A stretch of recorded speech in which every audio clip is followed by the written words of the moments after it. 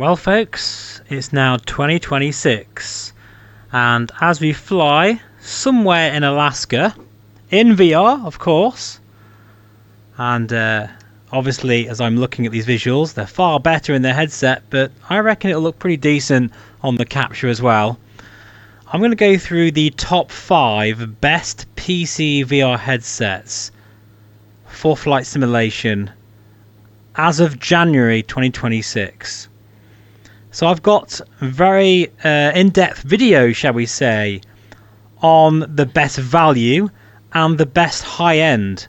But I'm going to kind of combine this together and just very briefly talk about the top 5 that I would recommend going forward. So if you're interested, stick around, stay tuned.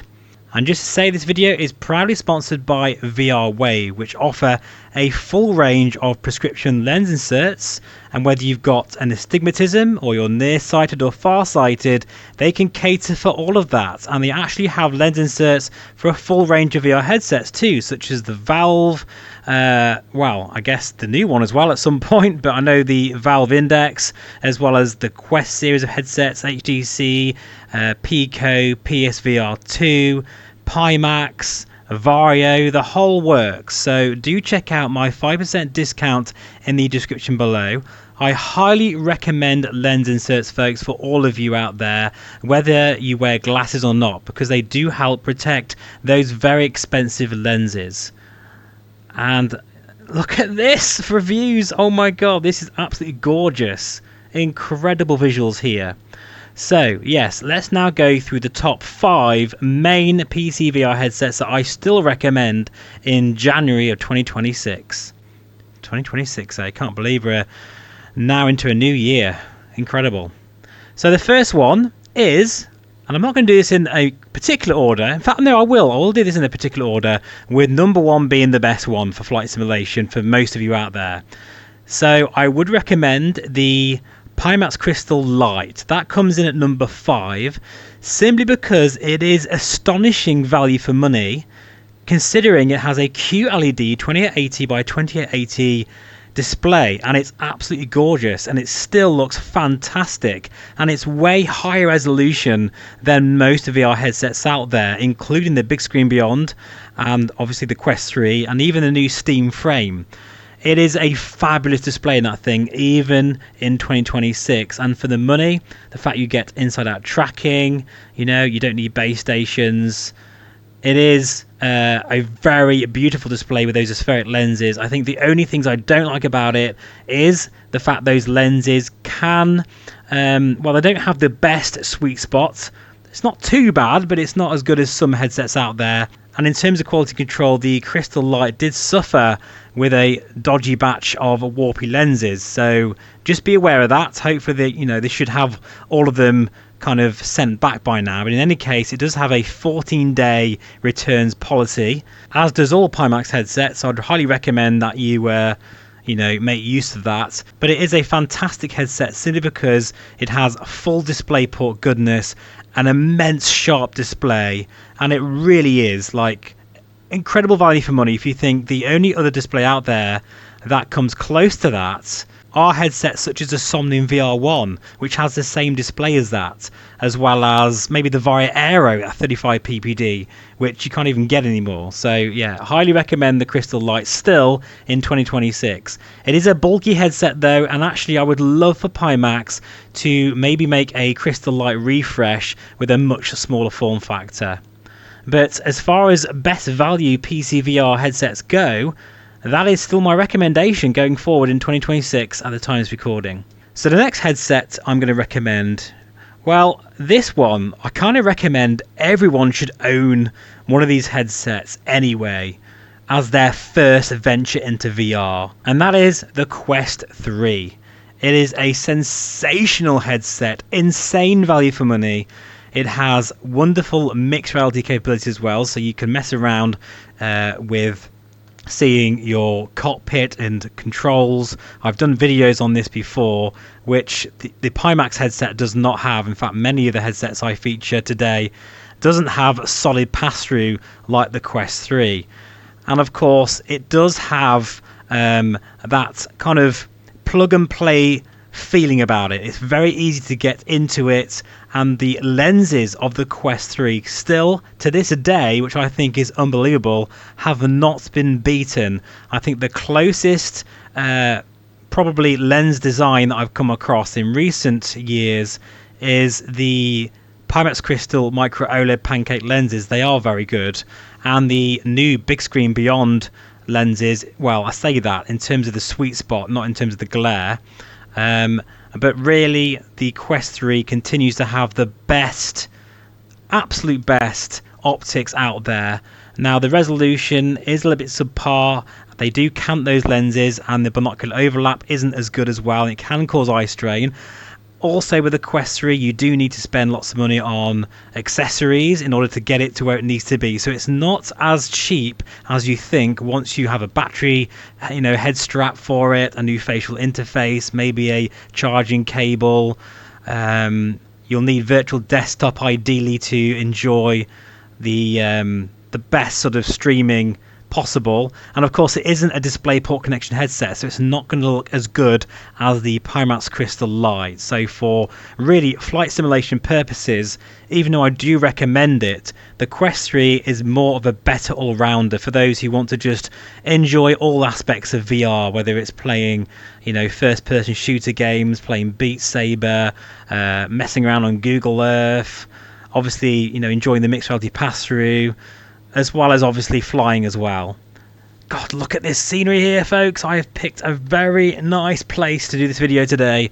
I'm making this video just after Christmas. I'm doing a tour around Alaska in the Black Square Bonanza, which is my favourite GA aircraft of 2025.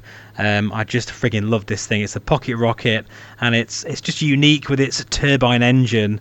Of course, being Black Square, highly recommend this as well. But anyway, I'm getting sidetracked. So yeah, Quest 3 is the next VR headset that I absolutely recommend, even in 2026. And as far as I know, Meta are not planning to release the Quest 4 in 2026. Right then, the next one is in my top 5. We've just done number 5, number 4, and now number 3. Well, I think what I'm going to say is, for this one, it's actually the Bigscreen Beyond version 2. Now, I know some people out there don't like the glare, but let me tell you, compared to the original version, it is a lot better. A lot better. And actually, I'm using it right now, funny enough, and I'm not getting any glare at all in this headset, in this scene particularly at the moment. But it is true that those lenses still have glare. I guess it's just one of the byproducts of using a tiny micro OLED panel and lenses. However, though, I've got to say the Bigscreen Beyond version 2 has fantastic field of view with an excellent sweet spot or eye box that does rival that of the Quest 3.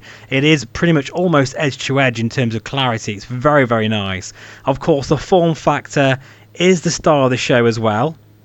I'm just realising that mountain's getting a bit close to me, so I'm just going to pull up a little bit here. I personally am not a fan of the silicon facial interface. After about an hour or so, I start to feel a bit sweaty in it, which is very unlike me. I never get sweaty in VR, but because there's no air getting through that silicon facial interface, it's like a vacuum on your skin, it just makes you feel a bit clammy. Although there is a new facial interface available now and a halo strap. I have not tested them, and of course there is also the eye tracking version of the Bigscreen Beyond, which now works with dynamic foveated rendering, which I think is fantastic and a huge achievement, especially again for the fact that those lenses are so tiny. Now, negatives as well as the facial interface, which I just mentioned, well, I guess it doesn't have inside-out tracking, so you do need base stations, but it has micro OLED technology, which, in my opinion, is the absolute best way to enjoy flight simulation and VR. It's just amazing. You get fantastic contrast, amazing sharp visuals at 2560 per eye. Admittedly, it's not as sharp as the Pimax Micro OLED and Megan X at 4K, but it's still plenty sharp enough, and it looks really good in that thing. So I highly recommend the Bigscreen Beyond version 2, and actually I think for a lot of you out there it makes perfect sense, especially as it can run on much lower GPUs and it still looks superb. Right then, let's now talk about the next VR headset. We've mentioned the Pimax Crystal Light, the Quest 3, now the Bigscreen Beyond. So there's 2 more in my list of top 5 best PC VR headsets for the mass flight simulation market, shall we say. Now, of course, I have kind of gone through just some of the points, but if you want to know my full in-depth comparisons and reviews of all the headsets I've mentioned, please do check out the channel. In fact, if I remember, I will stick lots of information in the notes below as well, because I am just going through the major points in this particular video today. I think one more thing I will mention about the Bigscreen actually before we do move on is the binocular overlap is actually quite low. That's how they've increased that field of view. Doesn't bother me, I can fly in it for a good couple of hours, no problems, but it could cause eye strain for you. So if you are sensitive to it, just bear that in mind. Right, let's change tanks here. Right then, so the next headset is a surprise one for me. It is the Play for Dream MR. This is a wireless VR headset or MR headset, very much like the Quest 3. But imagine the Quest 3 with 4K micro OLED visuals and the kind of UI that is similar to the Apple Vision Pro, as well as the build quality and everything else. The Play for Dream is one of those headsets that when it was first released and when I first reviewed it, I was a bit lukewarm. I wasn't quite taken with it like a lot of other people, and that's because the comfort was an issue for me. Now, that is something that is pretty inexcusable for a headset this expensive, I know. But if you do spend a bit of money on some accessories, in this case VR Panda accessories, it absolutely transforms the headset. And now we have dynamic foveated rendering and foveated streaming, which basically means that wherever you look, the bitrate will be at the highest level that you're looking at, with the lower bitrate in your peripheral vision. Now, if you combine that with dynamic foveated rendering, which of course is the classic kind of wherever you look, it's the sharpest image and sometimes also the most full detail, the eye tracking is doing 2 major things there, and that has brought it very, very close to DisplayPort visuals. It is, I mean, pretty much there now, and that's something I never thought I would say. Definitely not even in 2026. But it has to be said, the Play for Dream with dynamic foveated rendering and streaming is absolutely game-changing, and it shows where Valve are going with the Steam frame. It means you can enjoy wireless PC VR 4K that looks pretty much the same as a DisplayPort connection. Insane. And also, on top of that, it has wonderful mixed reality, just like the Quest 3. I think the only things that I don't like about the Play for Dream now, because it was the comfort, that's sorted now, thankfully, is I do feel the lenses aren't as good as, well, they're definitely not as good as the Quest 3, for example. That's not the image quality. I'm talking about the lenses themselves, because there's a massive difference in terms of visual quality. Huge difference. You have to make sure you are close to those lenses. And the battery life, you can probably get about 1.5 hours PCVR streaming in it. But, you know, for me, that's not long enough. So make sure you've got a battery pack of some description. But it has got better. And I must admit, with the added software support, updates, the firmware, it is a fantastic headset now. And actually, it is my favourite all-round gaming headset. I've been having a blast with it during the Christmas period, playing Metro again. I've been playing Half-Life Alyx and Arizona Sunshine 2, and also messing around in the flight sim as well. It is superb, folks. If you have the money and you're looking for a wireless PC VR headset, look no further than the Play for Dream. It is a solid headset now. And last but not least, in 2026, the best PC VR headset for the flight simulation market, if I could say mass market within this niche, if that makes sense, well, it's an easy one. It is the Pimax Super. And with that, that includes the 50 ppd and the micro OLED version as well. Those are my top two that I do recommend, because they are absolutely the best visuals in VR right now. And I actually applaud Pimax for getting it right with this headset. It is superb, and this modular design, which I wasn't actually convinced was going to work, is genius, because you can basically buy the shell of the Super and upgrade it over time, so you don't have to worry about buying a completely new VR headset. You could have the OLED module and say the ultra wide version if you wanted to, but in my opinion, having all of the optical engines, the micro OLED is the pinnacle, top tier, absolute best you can get right now for flight simulation, and I'm really not entirely sure that's going to be beaten this year, because even the Dream Air has the same panel as the Super Micro OLED. But the thing is about the Super Micro OLED is you have DMAS audio and inside-out tracking all built in and ready to go, and you can get it now as well. It is an unbelievable package, and if you've got the money for it, that is the best way to enjoy flight simulation in VR in 2026, in my opinion. Now, the QLED variant, that gives you better field of view, and it is brighter as well. Whoa, my god. There's lots of turbulence here. And yeah, the mountains are getting higher and higher all the time at the moment.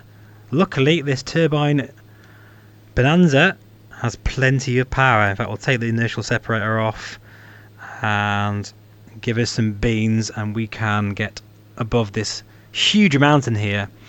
But yeah, the QLED variants do, well, they are brighter and they have better field of view, but unfortunately it does suffer from Miura, that is panel brightness inconsistencies between the pixels, which creates a bit of a fogging or dirty window effect. You don't get that with the micro OLED. Right, so I've picked 5 headsets, but this is my wild card, the Meganex Superlight 8K, and the reason why I haven't really mentioned it as part of my main top 5 is it's a Marmite headset. You either absolutely friggin' love it like me, or you hate it. For me personally, the reason why this was actually my favourite headset of 2025 until recently is because it's so light, and those micro OLED displays alongside the flip up mechanism just made it all day comfortable. And even now, I can be in the Meganex for a lot longer than I can be in the Pimax Crystal Micro OLED because of its larger form factor. But it must be said, for a lot of people out there, they couldn't get the diopter adjustment correct for their eyes, and if your head shape isn't quite correct, then you won't get close to those lenses, which means you'll see a lot more warping. It's something that I can't really test because I've only got one set of eyes and one head, you know, but it's just one of those things that unfortunately it's a headset where you either absolutely friggin' love it and nothing else will come close, or you friggin' hate it. Now, I will say I've got the new Mark II Meganex coming very soon, which promises to be a huge improvement in some key areas such as software, firmware, and the diopter adjustment as well. The question is, will it change things? Well, I'll let you know as soon as I have it, so stay tuned. And then of course there is the Steam frame, which sits quite awkwardly between the Quest 3 and some of these other higher end headsets. I'm not so sure about it at the moment. I am excited for the technology, but where it sits in this sort of top 5 or 6 headsets for this year, well, only time will tell, but I can assure you I will have one to test very soon. And in conclusion to this video, my advice is, if you haven't bought a new headset yet, wait. There's a lot happening in 2026, so it's best to wait and check out my reviews on this channel. So yeah, I think that will do, guys, for this video. Short and sweet, and of course I have missed out lots of details about each headset, because really I could talk about each one for over an hour in turn. But I do have lots of videos explaining all of the good and bad points of each of these headsets. I've even compared them against each other in many cases. Go check them out. I also haven't mentioned the Somnium VR1. That headset arguably is the ultimate PC VR flight simulation headset. because it has eye tracking, hand tracking, immense pass-through. My God, this is very turbulent. Very excellent field of view, incredibly sharp visuals. Even at 35 ppd, they actually feel more like 50 ppd. You know, it is an amazing headset, and the mixed reality capabilities and the software are insane. But it is very expensive, and it's also quite uncomfortable to wear over a long session. I could have mentioned the Via XR4, but again, we're getting incredibly high in terms of price and everything, and it gets a little bit silly at that point. Obviously, I feature them on the channel because this channel focuses on all the types of VR headsets out there, and the Via XR4 and Somnium VR1 are like hyper-level PC VR headsets, and I will be showing them again in 2026 as well, because both those headsets are maturing, and you know, it's interesting to see what it's like living with some of these headsets, which are basically the Ferrari of the PC VR world. But the 5 that I've chosen today are a good range of VR headsets that are exceptional, and they are priced very well in the market, in my opinion. Right then, folks, hope you enjoyed that video today. Epic visuals here in MSI 2024. So all that's left for me to say is Happy New Year to all of you. Thanks for watching, and I'll see you again very soon. Bye bye for now.